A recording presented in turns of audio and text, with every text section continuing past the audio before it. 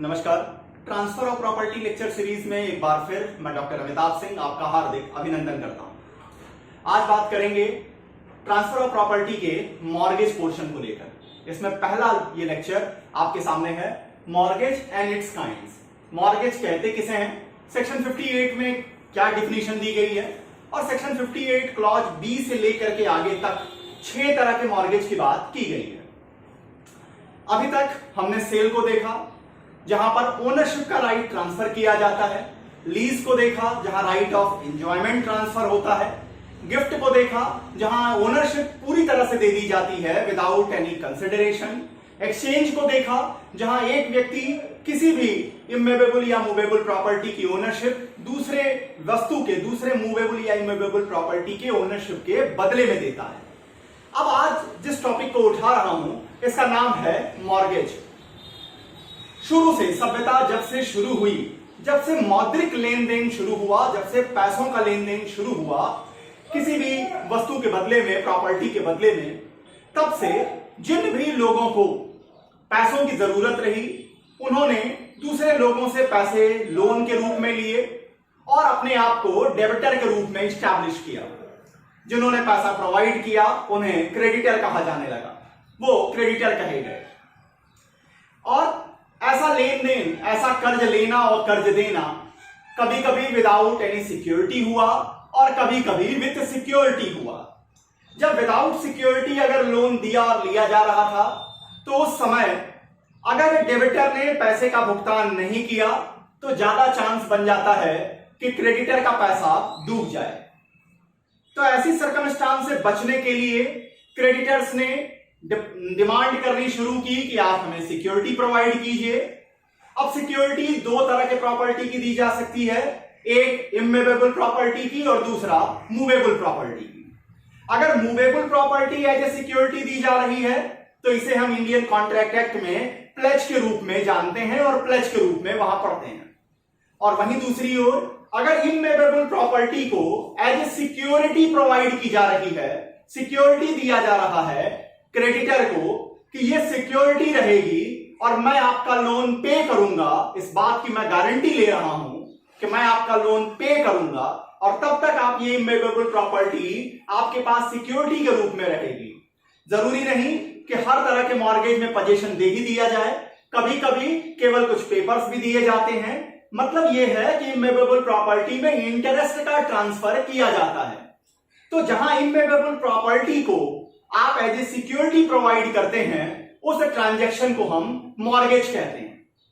अब यूनान में, रोम में और इंग्लैंड में भी एक बात सामने आई, जुडिशियल ऑफिसर्स के सामने एक बात निकल के आई कि समाज में हर आदमी प्रूडेंट माइंड के साथ नहीं रह रहा। समाज में कुछ धूर्त लोग भी हैं जो ये प्रयास करने लगे, जो ये अटेम्प्ट करने लगे कि अगर किसी व्यक्ति को जिसके पास प्रॉपर्टी है, अगर उसे पैसों की जरूरत है, तो क्यों ना उसके इस एडवर्स कंडीशन का फायदा उठाया जाए। कैसे फायदा उठाएं? और फायदा उन्होंने इस तरह से उठाना शुरू किया कि लोन की जरूरत जब हुई तो उन्होंने पैसा तो प्रोवाइड किया, लेकिन उस डीड में ये लिखने लगे कि अगर इस टाइम फ्रेम के अंदर डेबिटर ने पैसा वापस नहीं किया तो क्रेडिटर जो है वो पूरी तरह से प्रॉपर्टी का ओनर हो जाएगा, प्रॉपर्टी का बायर मान लिया जाएगा, या अब जो है डेबिटर अपनी प्रॉपर्टी को रिडीम नहीं कर पाएगा। इन सारी परेशानियों को सॉल्व करने के लिए इंग्लैंड की चांसरी कोर्ट्स ने एक इक्विटी का फॉर्मूला प्रोवाइड किया, once a mortgage always a mortgage, जिसे अगले लेक्चर में पूरी तरह से डिस्कस करेंगे कि अगर यहां पर हैरिस वर्सेस हैरिस के केस को आप देखें तो वहां लॉर्ड नॉटिंघम ने इस पूरे प्रोवर्ब को डिस्कस किया है। 1681 में, 1681 में यह प्रोपाउंड किया गया कि आखिर once a mortgage always a mortgage होता क्या है। वहां पर हैरिस के केस में चांसरी कोर्ट ने यह डिफाइन किया कि यह बात अलग है कि 6 तरह के मॉर्गेज की बात की जा रही है और हर मॉर्गेज में अलग अलग वर्ड्स का इस्तेमाल किया गया है, लेकिन एक बात हमेशा ध्यान में रखिएगा कि मॉर्गेजर का इंटरेस्ट प्रॉपर्टी को सेल करने का नहीं है, प्रॉपर्टी की ओनरशिप मॉर्गेजी को प्रोवाइड करने का नहीं है। इंटरेस्ट क्या है? उसे अपनी प्रॉपर्टी को एज ए सिक्योरिटी देने का ही उसका इंटरेस्ट है। इसलिए अगर भले ही राइट ऑफ रिडम्पशन समाप्त हो जाए, यहीं पर एक बात आपके सामने रख देता हूं, एक प्रोवर्ब बार बार आपको कंफ्यूज करने के लिए वाइवा वॉइस जब किया जाता है, इंटरव्यू बोर्ड जब बैठता है तो पूछता है कि राइट ऑफ रिडम्पशन किसे कहते हैं, राइट ऑफ रिडम्पशन किसे कहते हैं और इक्विटी ऑफ रिडम्पशन किसे कहते हैं।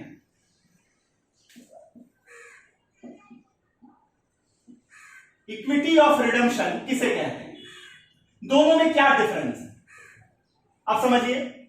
मॉर्गेज प्रॉपर्टी में मॉर्गेजर का इंटरेस्ट क्या है? मॉर्गेजर का इंटरेस्ट है कि वो लोन पे करेगा और अपनी प्रॉपर्टी को वापस लेगा। इस राइट को हम राइट ऑफ रिडम्पशन कहते हैं। भारत की बात करें तो भारत में इसे स्टैट्यूटरी राइट के रूप में डिफाइन किया गया है सेक्शन नंबर 60 में। अगर इंग्लैंड के कॉमन लॉ सिस्टम की बात करें तो वहां भी ये राइट प्रोवाइड किया गया है और वहां ये राइट लिखा हुआ है कि अगर मॉर्गेज डीड में जितना टाइम फ्रेम दिया गया है 5 साल 10 साल 20 साल जो पार्टीज एग्री की हैं, उसके बीच में उस समय अंतर के अंदर अगर मॉर्गेजर लोन पे कर देता है, इंटरेस्ट पे कर देता है, then mortgagee is bound to return the property as well as all papers related to the property. That is called right of redemption. लेकिन मान लीजिए वो टाइम फ्रेम बीत गया, मॉर्गेजर पैसा नहीं दे पाया, अब क्या होगा? अब वहां पर जब तक ये इक्विटी ऑफ रिडेम्पशन आया, इसके पहले तक 1681 के पहले का कॉन्सेप्ट ये था कि मॉर्गेजी जो है वो प्रॉपर्टी का ओनर बनने लगे, प्रॉपर्टी अपने हाथ में लेने लगे, पूरी ओनरशिप उनके हाथ में आने लगी।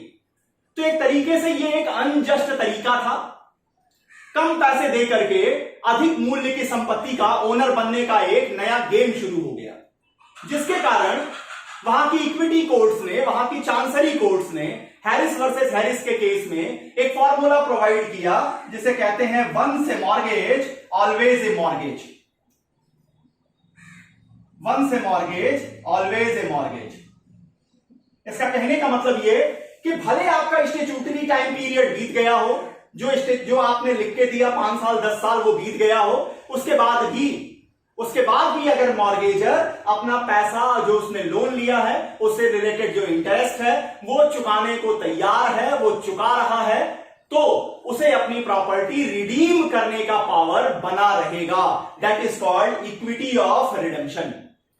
तो राइट ऑफ रिडेम्पशन जहां स्टैट्यूट आपको राइट प्रोवाइड करे, जैसे भारत में सेक्शन 60 प्रोवाइड करता है, या जो टाइम फ्रेम आपके मॉर्गेज डीड में दिया गया है, वहां पर मॉर्गेजर का राइट बनता है कि वो पैसे चुका करके, लोन दे करके, लोन को चुकाकर अपनी प्रॉपर्टी वापस ले ले। इसे कहेंगे राइट ऑफ रिडेम्पशन। लेकिन अगर वो टाइम पीरियड बीत गया है तो क्या उसके राइट खत्म हो जाएंगे? आंसर है नहीं। आप मॉर्गेज डीड में चाहे जो कुछ भी लिखे हो उससे कोई फर्क नहीं पड़ेगा, उसका ये राइट इक्विटी ऑफ रिडेम्पशन के रूप में इंग्लैंड में भी मान्यता मिली हुई है। अगर भारत की बात करें तो भारत में सीपीसी के ऑर्डर 34 को जब आप देखेंगे तो वहां इस प्रोसेस को और अच्छे से क्लियर कर दिया गया है। तो शुरू करते हैं सबसे पहले कि आखिर मॉर्गेज किसे कहते हैं और कितने तरीके के मॉर्गेज होते हैं। मॉर्गेज को सेक्शन 58A में डिफाइन किया गया है और उसके टाइप्स बताए गए हैं 58B से लेकर के आगे। इस लेक्चर में आपके सामने ये रखूंगा कि आप कैसे ये पकड़ेंगे कि अगर मान लीजिए सिंपल मॉर्गेज है तो वहां मॉर्गेजी के पास क्या राइट होगा। मॉर्गेजर का राइट तो मैंने आपको डिस्कस कर दिया कि रिडेम्पशन का राइट है। मॉर्गेजी को क्या राइट मिलेगा? मॉर्गेजी को सेक्शन 67 दो तरह के राइट देता है। कहीं कहीं वो प्रॉपर्टी का सेल करा सकेंगे और कहीं कहीं वो फोरक्लोजर करा सकेंगे। ध्यान दीजिएगा, सेल या फोरक्लोजर दोनों में से किसी भी राइट का इस्तेमाल करने के लिए मॉर्गेजी को सूट फाइल करना होगा। कोर्ट की मदद से ही आप अपने राइट्स का इस्तेमाल कर सकेंगे। जब आप सूट लेके जाएंगे वहां बार बार कोर्ट मॉर्गेजर को मौका देगी कि वो आपके लोन चुका करके, इंटरेस्ट को पे करके अपनी प्रॉपर्टी को वापस ले सकते हैं। यहां पर कोर्ट एक बैलेंस बनाने का काम करते हैं। प्रॉपर्टी का ओनर जो कि मॉर्गेजर है उसके इंटरेस्ट को भी प्रोटेक्ट करना है, वहीं दूसरी ओर मॉर्गेजी का जो लोन है और मॉर्गेजी का जो इंटरेस्ट बनता है इसको भी प्रोटेक्ट करना है, और किसी को भी अनजस्ट फायदा नहीं लेने दिया जाएगा। यही कॉन्सेप्ट है मॉर्गेज का और यही कॉन्सेप्ट पे काम करता है ऑर्डर नंबर 34 सीपीसी। देखते हैं आखिर मॉर्गेज की डिफिनीशन क्या है। A mortgage is a transfer of an interest in specific immovable property for the purpose of securing the payment of money advance or to be advanced by way of loan and existing or future debt or the performance of an engagement which may give rise to a pecuniary liability. The transferor is called mortgager, the transferee is called mortgagee, the principal money and interest for which payment is secured for the time being is called mortgage money, and this instrument is called mortgage deed. अब इसे हम example के जरिए समझें कि आखिर mortgage है क्या।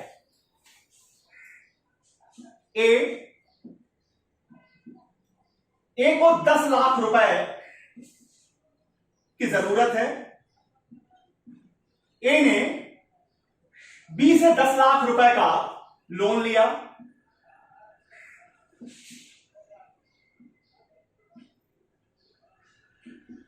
और इसके बदले में अपनी हाउस प्रॉपर्टी को एज ए सिक्योरिटी प्रोवाइड किया, एज ए सिक्योरिटी प्रोवाइड कर दिया बी को। अब इस ट्रांजैक्शन को हम क्या कहेंगे? ये ट्रांजैक्शन मॉर्गेज कहा जाएगा। यहां ए जो कि ओनर ऑफ द प्रॉपर्टी है, जिसने सिक्योरिटी प्रोवाइड की है, ही इज कॉल्ड मॉर्गेजर। जिसने लोन दिया है इसको क्या कहेंगे? इसको कहेंगे मॉर्गेजी। ये जो अमाउंट है और प्लस इसके साथ अगर इंटरेस्ट भी आएगा उसको क्या कहेंगे?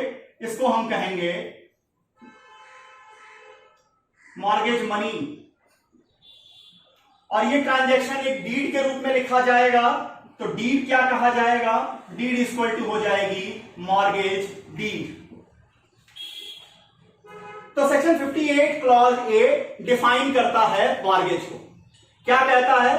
पहली चीज कहता है कि it is a transfer of a specific interest. ये इंटरेस्ट का ट्रांसफर है। कौन से इंटरेस्ट का ट्रांसफर है? ये डिपेंड करेगा कि किस तरीके का मॉर्गेज दिया जा रहा है।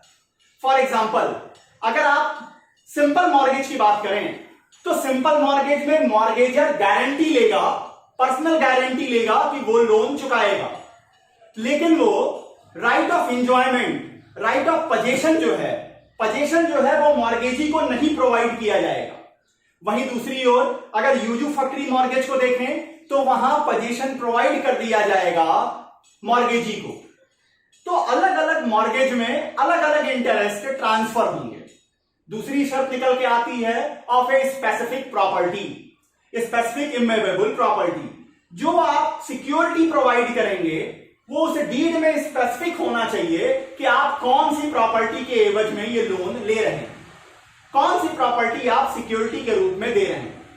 मान लीजिए किसी व्यक्ति के पास एक शहर में एक से ज्यादा मकान है, तो उन्हें स्पेसिफिकली बताना पड़ेगा कि किस मकान को वो एज ए सिक्योरिटी प्रोवाइड कर रहे हैं।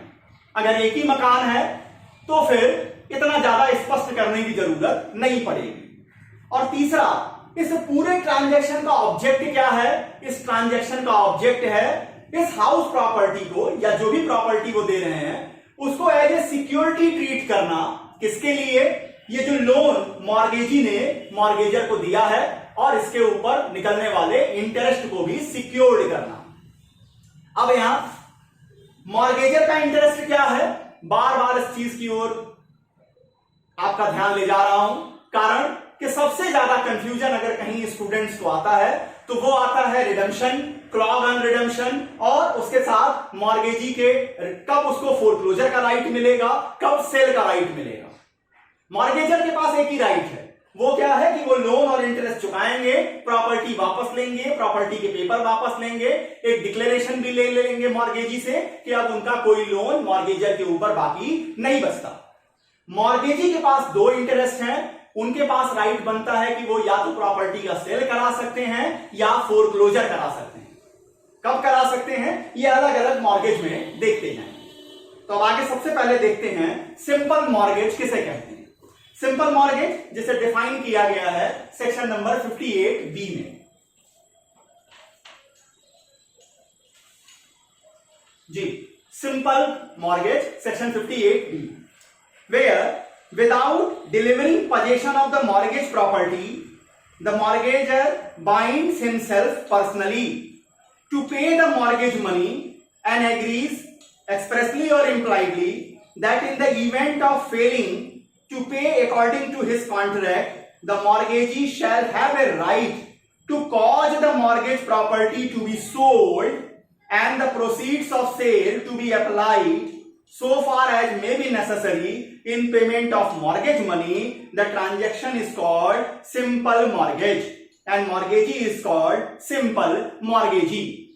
ध्यान दीजिए, अब इसका बेयर क्या कहना चाहता है और आप इसे कैसे अपने दिमाग में फिट करेंगे।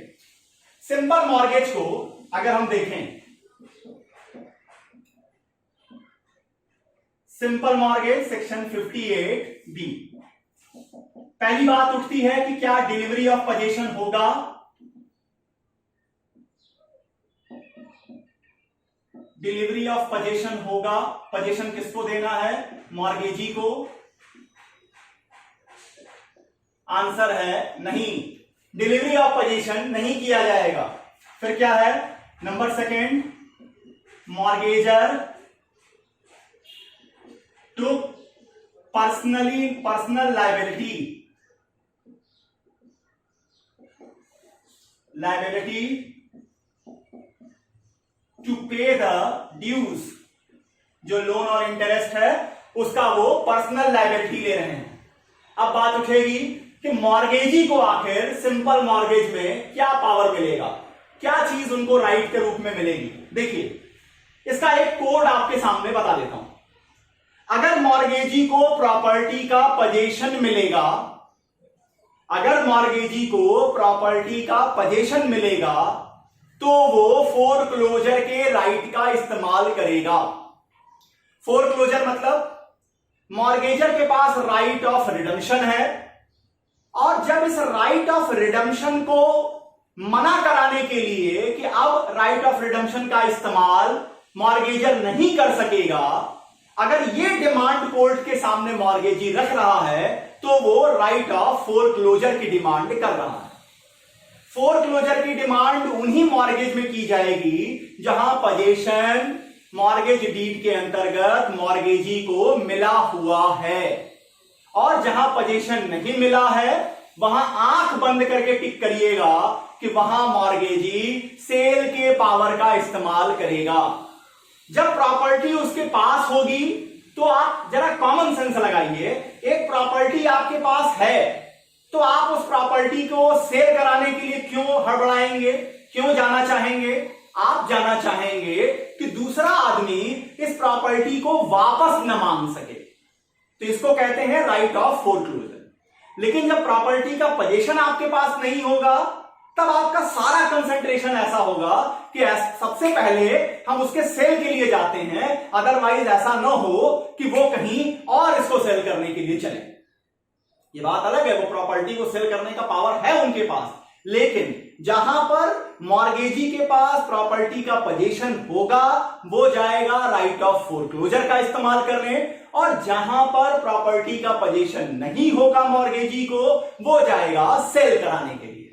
तो सिंपल मॉर्गेज में डिलीवरी ऑफ पोजेशन नहीं दिया गया है मॉर्गेजी को, तो मॉर्गेजी किसके लिए जाएगा? तो यहां पर लिख लीजिए राइट ऑफ मॉर्गेजी जो है, right of mortgagee equal to sale के लिए जाएंगे। अब यहीं पर एक बात और समझ के चलिए, सिंपल मॉर्गेज ऑलवेज भी रजिस्टर्ड होंगे। सिंपल मॉर्गेज ऑलवेज भी रजिस्टर्ड होगा irrespective of value of property.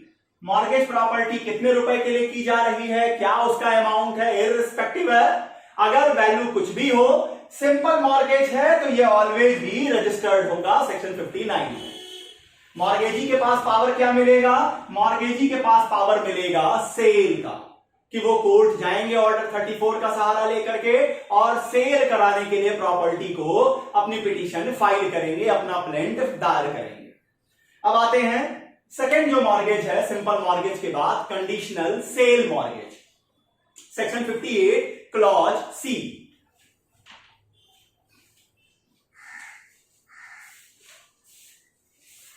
Conditional sale mortgage, इसे शॉर्ट में CSM लिख दे रहा हूं। सेक्शन 58 क्लॉज सी क्या कहता है? Where the mortgagor ostensibly sells the mortgage property,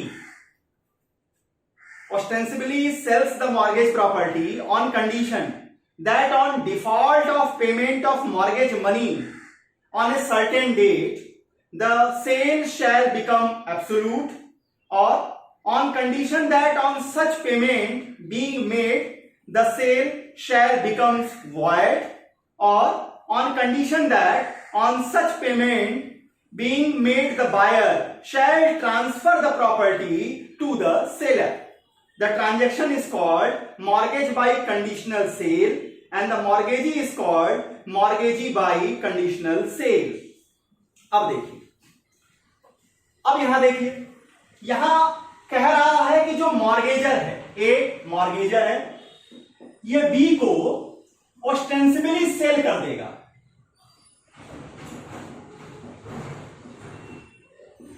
cell करेगा प्रॉपर्टी। शर्त क्या होगी? फेल टू पे, अगर मैं लोन नहीं पे कर पाया तो ये सेल क्या हो जाएगा? एब्सोल्यूट हो जाएगा।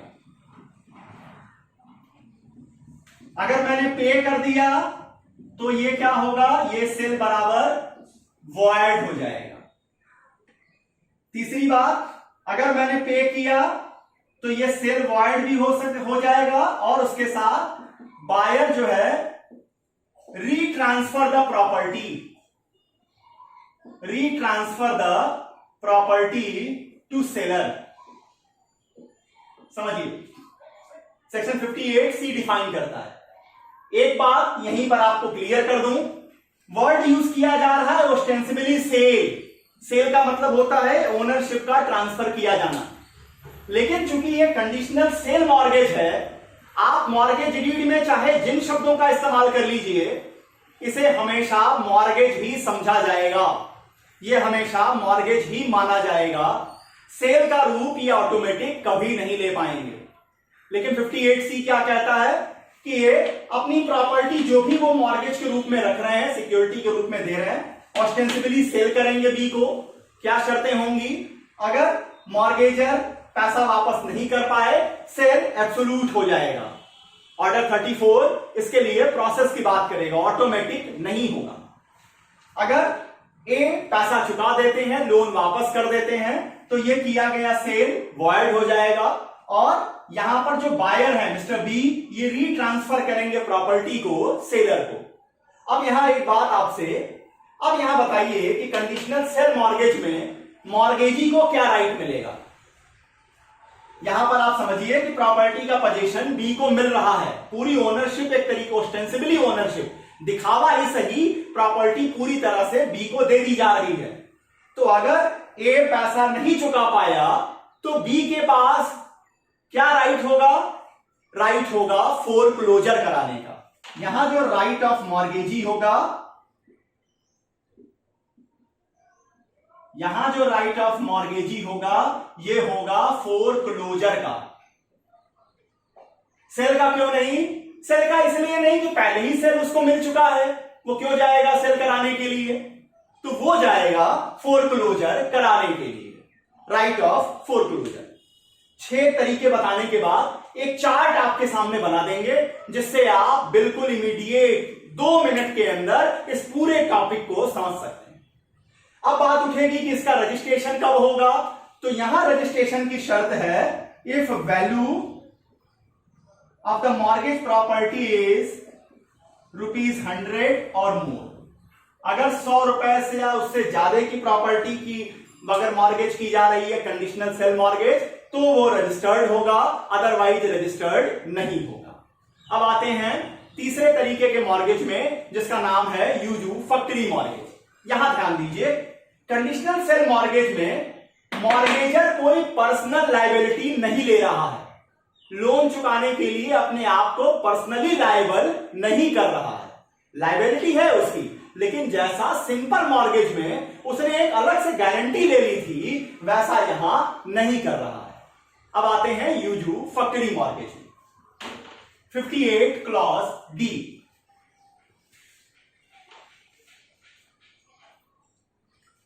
यूजुफैक्टरी mortgage, where the mortgagor delivers possession or expressly or by implication bind himself to deliver possession of mortgage property to mortgagee and authorize him to retain such possession until payment of mortgage money and receive the rents and profit accruing from the property or any part of such rent and profits, and to appropriate the same in lieu of interest or in payment of mortgage money or in both such transaction is called यूजुफैक्टरी mortgage and the mortgagee is called यूजुफैक्टरी mortgagee।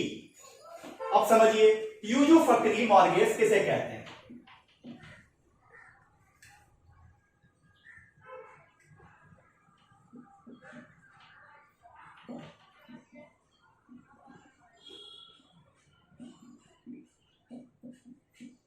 देखिए, ए ने अपनी house property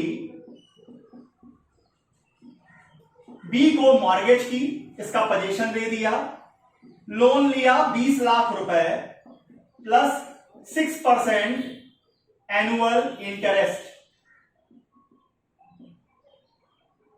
ध्यान दीजिए, ए ने B को अपनी house property का position deliver कर दिया, बी को पोजीशन मिल गया, ए को मिले 20 लाख रुपए लोन के रूप में, जिसपे 6% एनुअल का इंटरेस्ट देना था। यूजुफैक्टरी मॉर्गेज का मतलब क्या है? यूजुफैक्टरी मॉर्गेज कहता है कि बी अब इस हाउस प्रॉपर्टी से जो रेंट और प्रॉफिट आएगी, from rent profit of house property, be will deduct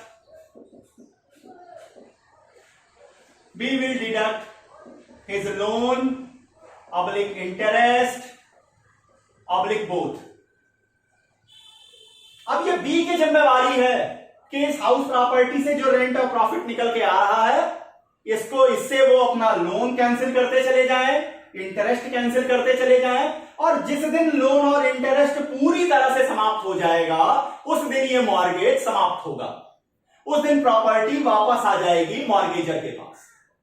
यहां पर थोड़ा ध्यान दीजिएगा, मैंने आपको बताया कि जहां पर प्रॉपर्टी का पोजीशन मॉर्गेजी को मिल जाएगा, वहां मॉर्गेजी राइट ऑफ फोरक्लोजर का इस्तेमाल करेगा। इसका एक ही एक्सेप्शन है, और वो एक्सेप्शन है यूजुफैक्टरी मॉर्गेज। इस मॉर्गेज में mortgagee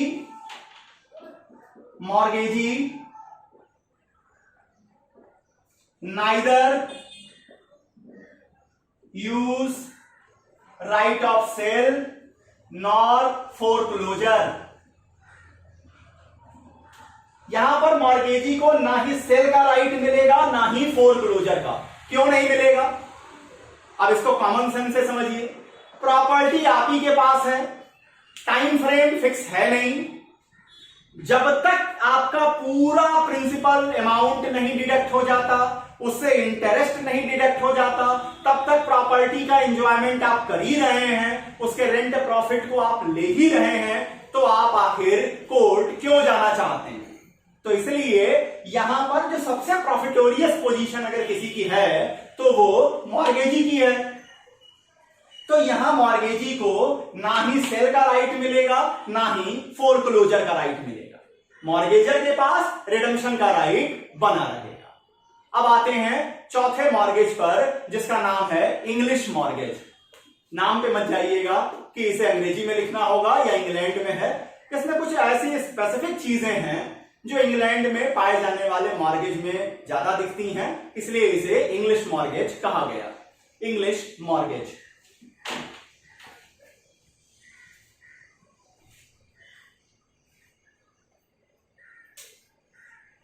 where the mortgagor binds himself, ध्यान दीजिएगा, सिंपल मॉर्गेज की तरह यहां कह रहा है कि वेयर मॉर्गेजर बाइंड्स हिमसेल्फ, एक पर्सनल लायबिलिटी ले रहे हैं वो, to repay the mortgage money on a certain date and transfers the mortgage property absolutely to the mortgagee.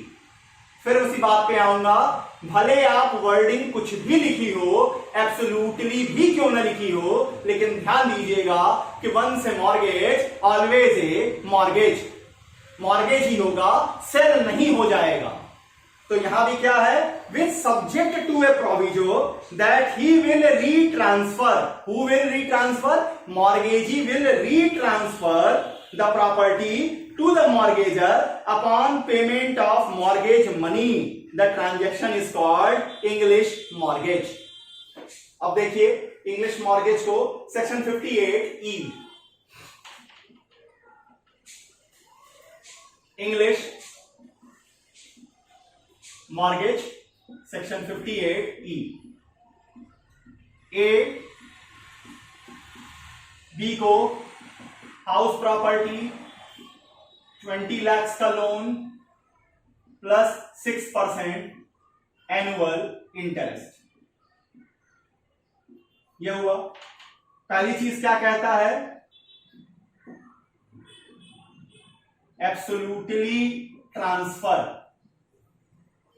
Property to mortgagee.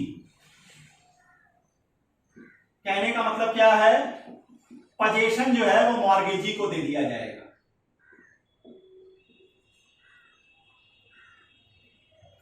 Mortgagee.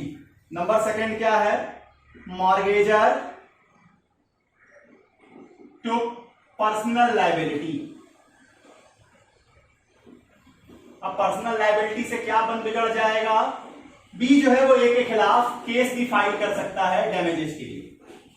Number third क्या है, विथ ए रिस्ट्रिक्शन। क्या restriction है, that if mortgagor repay loan then mortgagee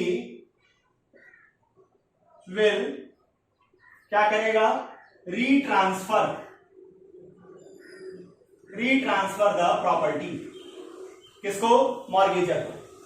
अब प्रश्न फिर आपसे, English mortgage में mortgagee को क्या राइट मिलेगा।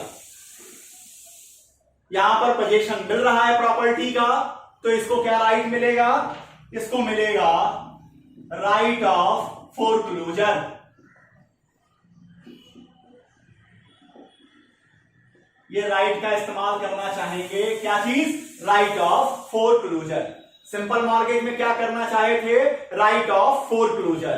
कंडीशनल सेल मॉर्गेज में क्या इस्तेमाल किया उन्होंने, सिंपल मॉर्गेज में सेल का राइट इस्तेमाल किया, उसके बाद कंडीशनल सेल मॉर्गेज में फोरक्लोजर का राइट इस्तेमाल किया।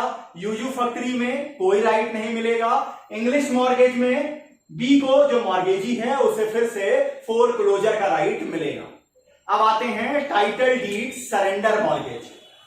टाइटल डीड सरेंडर मॉर्गेज हर एक शहर में अवेलेबल नहीं है, ये मेट्रो सिटीज में ही अवेलेबल होते हैं, और जहां पर स्टेट गवर्नमेंट नोटिफाई करती है वहां पर ही title deed surrender mortgage available होते हैं। ये बिजनेस कम्युनिटी के लोग ज्यादा इस तरह के मॉर्गेज का इस्तेमाल करते हैं। क्या कहता है title deed surrender mortgage, where a person in any of the following towns namely the Calcutta, Madras, Bombay and in any other town which the state government concern may by notification in the official gazette specify in this behalf delivers to a creditor or his agent documents of title to immovable property which intend to create a security thereon, the transaction is called mortgage by deposit of title deed। तो यहां पर जो metro cities हैं और दूसरा जिन शहरों को जिन शहरों को स्पेसिफाई कर दिया स्टेट गवर्नमेंट ने, अगर हम आसाम की बात करें तो वो शहर गुवाहाटी है, अगर उत्तर प्रदेश की बात करें तो वो शहर कानपुर है। तो यहां पर जहां स्पेसिफाई कर दिया गया तो वहां पर आपकी प्रॉपर्टी चाहे किसी भी शहर में क्यों ना हो, आप उस प्रॉपर्टी के पेपर को केवल सिक्योरिटी के रूप में प्रोवाइड करके भी मॉर्गेज कर सकते हैं, लोन उठा सकते हैं। तो इस तरह के मॉर्गेज को टाइटल डीड सरेंडर मॉर्गेज कहते हैं। अब यहां प्रॉपर्टी का पोजीशन तो दिया नहीं जा रहा है, तो आखिर मॉर्गेजी को क्या राइट मिलेगा? मॉर्गेजी को राइट मिलेगा प्रॉपर्टी को सेल कराने का। तो title deed surrender mortgage, title deed surrender mortgage, अब ई के बजाय हो जाएगा एफ। क्या है? Only through submission of papers of property. कौन कौन सी शहरों में होंगे? Only in metros plus city notified by concern government, state government. अब आ जाइए, राइट ऑफ मॉर्गेजी क्या होगा? यहां पर जो राइट होगा वो होगा सेल, राइट ऑफ सेल मिलेगा। क्यों? क्योंकि प्रॉपर्टी का पोजीशन नहीं मिल रहा है, इसलिए राइट ऑफ सेल मिलेगा। अब लास्ट तरीके का मॉर्गेज है anomalous mortgage. Anomalous mortgage means A mortgage which is not simple mortgage, nor conditional sale mortgage, nor the usufructory mortgage, nor the English mortgage, and not the title deed surrender mortgage। एक mortgage जो कि simple mortgage भी नहीं है, conditional cell भी नहीं है, यूजुफैक्टरी भी नहीं है, इंग्लिश भी नहीं है, टाइटल डीड सरेंडर भी नहीं है, मतलब कहीं ना कहीं दो की खिचड़ी है, कुछ मिक्सर है, तो उसे हम कहते हैं एनामोलस मॉर्गेज। अब देखते हैं कि आखिर अच्छा इसके टाइटल डीड सरेंडर मॉर्गेज में क्या रजिस्ट्रेशन होगा? तो टाइटल डीड सरेंडर मॉर्गेज का रजिस्ट्रेशन, चाहे इसकी वैल्यू कुछ भी हो, इसके रजिस्ट्रेशन की जरूरत नहीं है। It means it never be registered. यहां एक चीज, नेवर रजिस्टर्ड। अब एक चार्ट के माध्यम से आपके सामने बना देता हूं कि कितने तरीके के मॉर्गेज होते हैं, किस मॉर्गेज में मॉर्गेजी को क्या मिलता है, कौन कौन से राइट उसे मिलते हैं। देखते चलते हैं।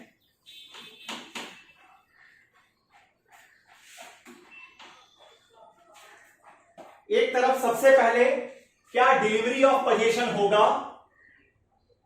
Delivery of position to mortgagee. इसके बाद देख लेते हैं personal liability, liability of mortgagor. इसके बाद देख लेते हैं रजिस्ट्रेशन, और इसके बाद देख लेते हैं राइट ऑफ मॉर्गेजी। अगर एक तरफ से देखते चले जाइए, सबसे पहले सिंपल मॉर्गेज।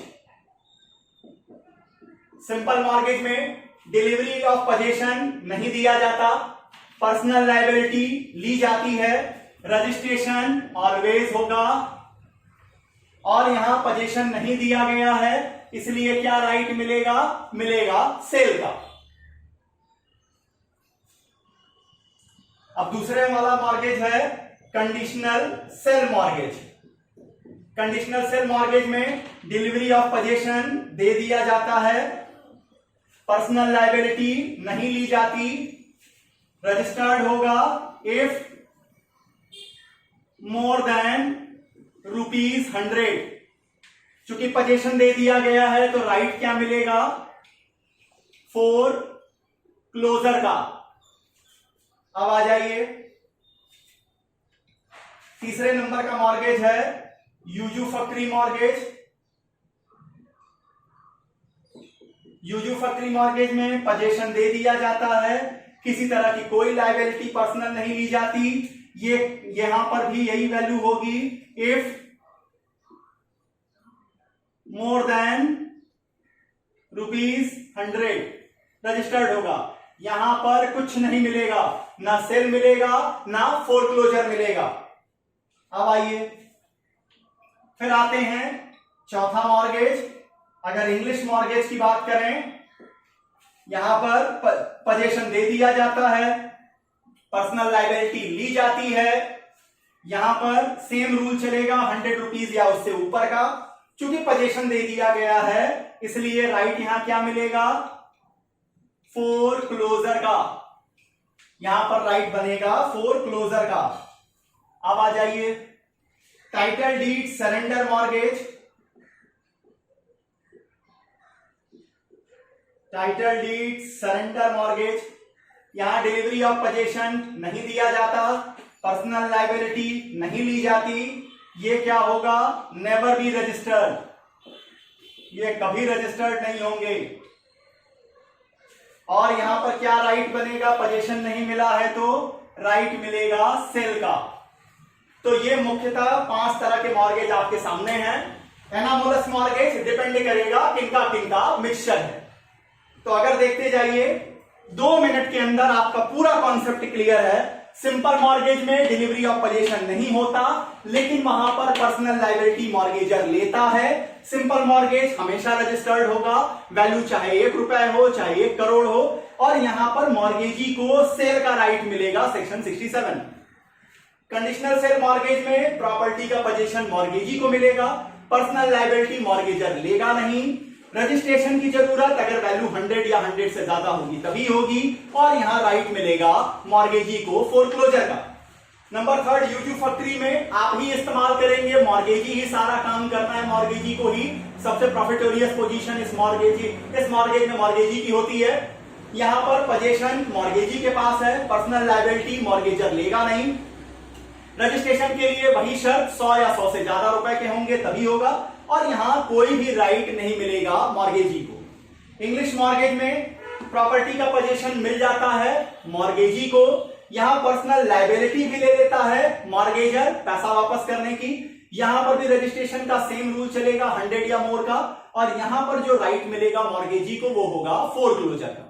और टाइटल डीड सरेंडर मॉर्गेज में ये कुछ ही शहरों में होते हैं। यहां पोजीशन देना नहीं होता, केवल प्रॉपर्टी के पेपर दिए जाते हैं, कोई पर्सनल लायबिलिटी भी नहीं लेते, ये रजिस्टर्ड भी नहीं किए जाएंगे। और यहां पर जो राइट मिलेगा मॉर्गेजी को वो मिलेगा प्रॉपर्टी का सेल कराने का। इतनी बातें आपके सामने रखी mortgage and kinds of mortgage को। उम्मीद करता हूं अपनी बात आपको समझाने में सफल रहा। अगर आपको मेरा प्रयास पसंद आ रहा है तो इस चैनल को सब्सक्राइब कीजिए। यह परिवार 3 महीने में 550 लोगों का हो चुका है। इसे जल्द से जल्द बड़ा बनाइए। और ये सिर्फ मैं अकेले का, मुझसे अकेले संभव नहीं है, ये आपकी भी जिम्मेवारी है। आप भी थोड़ा सहयोग दीजिए, अपने 5-5, 10-10 परिचितों को इस चैनल को सब्सक्राइब करने के लिए रेफर करें। कमेंट सेक्शन में आपके कमेंट्स का इंतजार रहेगा। अगला टॉपिक जो transfer of property lecture series में मॉर्गेज में लेके आऊंगा वो है once a mortgage always a mortgage किसे कहते हैं, या राइट ऑफ रिडम्पशन किसे कहते हैं, और क्लॉग ऑन रिडम्पशन क्या होता है, और कब क्लॉग ऑन रिडम्पशन को कोर्ट्स ने वॉइड डिक्लेयर कर दिया है। तब तक के लिए बहुत बहुत धन्यवाद। नमस्कार।